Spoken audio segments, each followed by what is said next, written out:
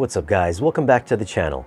Today we're going to be checking out another catalog title from Sony, District 9 on 4K Blu-ray. Now before we get into it, if you're new to the channel, we discuss movies and audio and video equipment. So if you're into that kind of stuff, then be sure to tap the subscribe button for new weekly videos.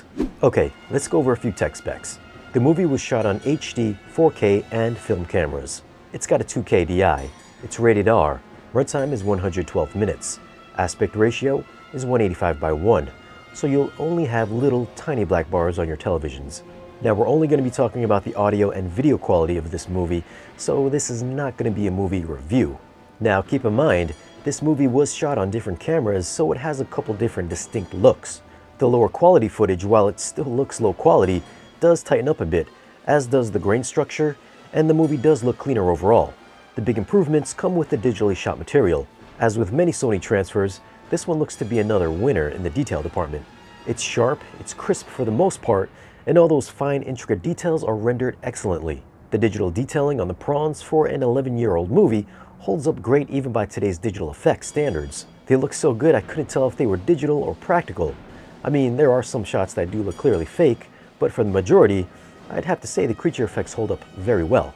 You'll see pores, wrinkles, facial hair all super clear on the human characters, and there's even more discernible detailing once you're inside District 9. You'll get an even better sense of how run down this area is with the trash in the streets, and once you get to see the interiors, you'll notice increased definition from old computer parts and even rusty cabinetry. You know, this is amazing. Even in these dark interiors, the details were never crushed due to some nice HDR usage. Blacks were deep and offered up an enjoyable contrasty image. The color palette is mostly natural in tone without any crazy eye-popping colors, but there are a handful of bright specular moments from explosions and alien gunfire.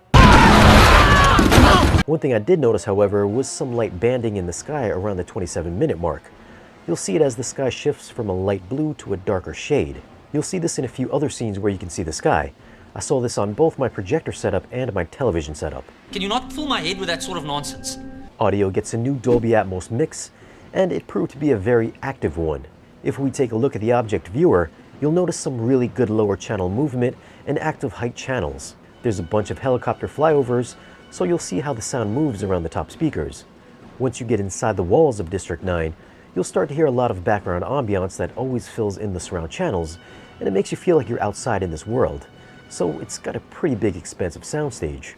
As for bass response, it does go pretty low during the explosions, and when Wickus is inside the mech suit, your subs will get a pretty good workout when he starts shooting people down. Dialogue was always fine and easy to hear without any issues. So for audio, I'm gonna go with a 9. I liked how much more broader the soundstage is over the original 5.1 track, and it's more dynamic overall.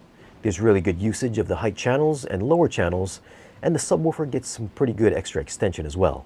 Overall, it's a great sounding mix. For video, I'm gonna go with a 9.1. This is another great looking Sony transfer.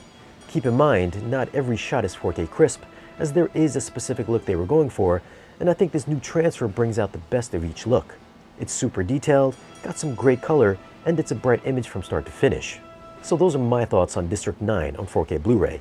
Have you guys seen it, and how did you think the transfer was? Leave a comment and let us know. As always guys, thanks for watching. If you want, you can follow us on social media, and if you want to support the channel and get exclusive content or great discounts on audio and video gear, then stop by our Patreon page. Don't forget to like, share, and subscribe, and we'll see you guys again in the next video.